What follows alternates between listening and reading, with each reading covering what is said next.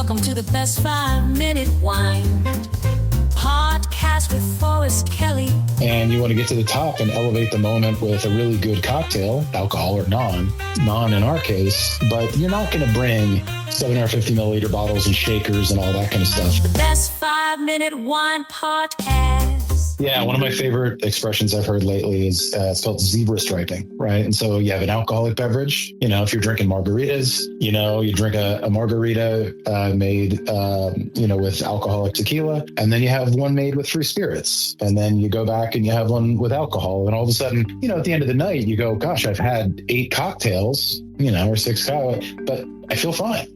So let's go through your product line, which is quite extensive. So we've got everything from canned products to... Yeah, so where we started, and really where the majority of our business is in the 750 milliliter non-alcoholic spirits. So we've got a non-alcoholic bourbon, bourbon style whiskey. We've got a gin, which is a Plymouth style. So yes, juniper in focus or in nature, but really with a sharper focus on the citrus botanicals. Got a Reposado style tequila. And then we've got what we call our Milano, which is our Italian aperitivo, call it kind of a somewhere between a Campari and, a different kind of Amaro.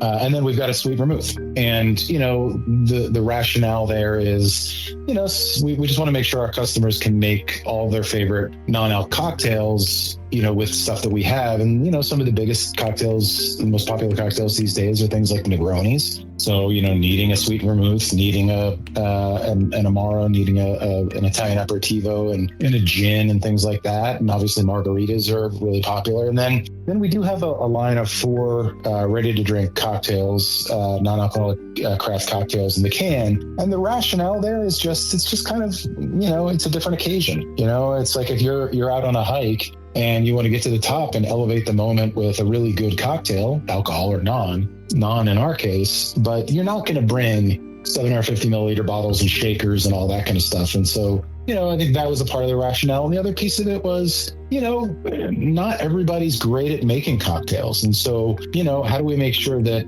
the first time somebody tries our products, they're getting a great experience versus, if they're getting our stuff and they're mixing up a bad cocktail, ultimately they go, oh, this stuff tastes terrible. And you're like, nope, you just made a bad cocktail.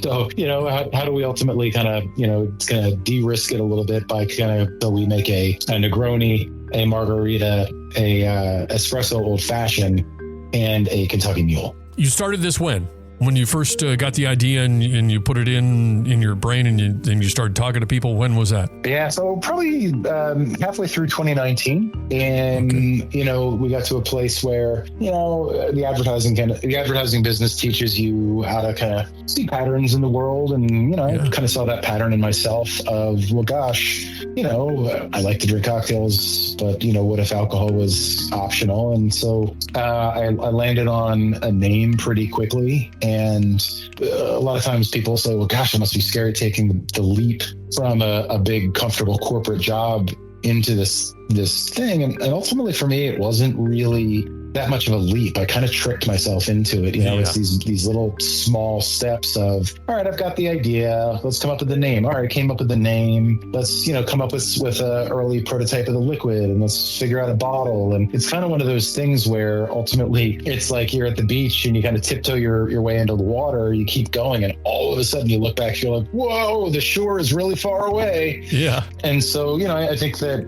we got far enough into it and, the thing started based on a gut, feeling, but then all of a sudden the market really started to shift and the validation of, the market research and in addition to the sales that we immediately started seeing, kind of, like I said, validated that there's an idea here. And then, you have all the hard conversations with your wife around things like, hey, we're gonna go all in on this. We're gonna, let's make sure we make these decisions together, and because it is a huge undertaking to build a consumer brand in a business, and it's harrowing, and there's sacrifices to be made.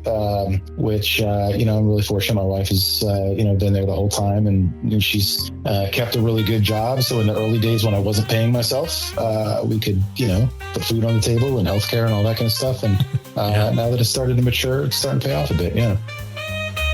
Oh, yeah. Blow that horn. Spin it to win it.